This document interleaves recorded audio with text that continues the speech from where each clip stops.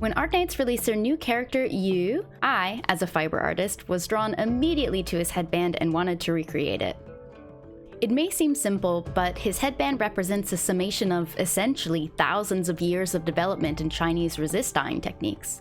I really wanted to present a history of resist dyeing in China as part of this video, but ended up being far too much to be contained in this video, at least. Anyway, I opted for a wax resist method and modern liquid dye when making his headband out of a plain weave cotton fabric. I started this project by first recreating a template for the pattern. This was surprisingly daunting for me, so I chose to recreate the pattern assuming that the design lines and the spaces between them were all on a 1-to-1 grid. I cut stencils from thin freezer paper as well as thicker cardstock, unsure which would work better. Once my soy wax was hot, I tried applying the wax by pouring it on the cardboard stencil and then using a screen printing squeegee to spread the wax across. This didn't work super well as the wax kind of went everywhere, but I think this is mostly due to my wax being a bit too hot and thus extra runny. I also think that the wax soaking into the paper caused more wax to transfer through it. For my second attempt, I used a freezer paper stencil, but the inner lines of the stencil got caught on the squeegee and moved around, once again not making a great transfer.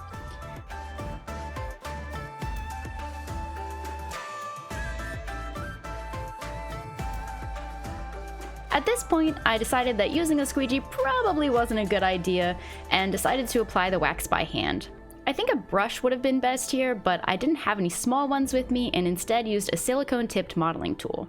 I didn't have any wax pooling this way like I had before, but I inevitably applied the wax a bit unevenly in different spots, which affected the final product.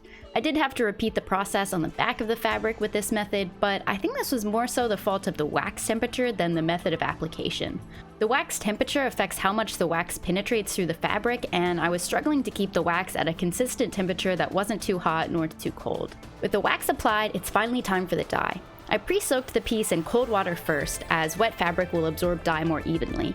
It's important that the water is cold as you don't want to melt the wax yet. I then prepared a dye bath using a navy blue all-purpose dye, but made it extra concentrated so as to minimize the time the fabric needed to be submerged, as I was slightly worried about the wax resist melting off.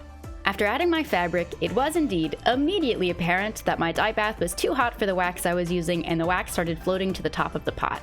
I removed the piece quickly because if the wax were to melt away, there would be nothing resisting the dye to create the pattern. I began rinsing the excess dye out of the fabric, and after finally seeing the end result, I had a new idea for applying the wax and wanted to try again on a second headband. So I cut a new cotton fabric strip and cut 2 new stencils out of freezer paper. This time, I ironed the stencil to the fabric first before applying any wax.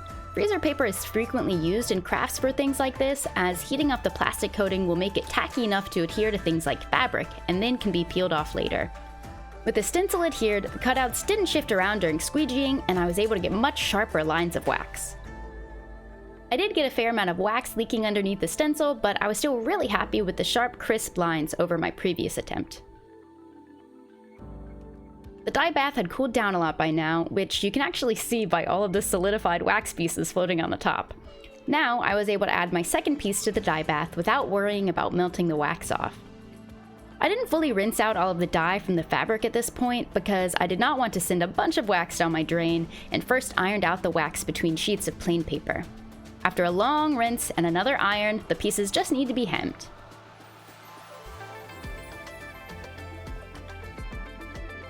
Overall, I prefer my second headband attempt, despite how much wax pooled around the stencil that you can see in the resist. I'm really proud of how crisp the lines are and how vibrant I got the blue color, but I really like both pieces. This project was so much fun and I was super pleased with the results of my first time trying wax resist on fabric.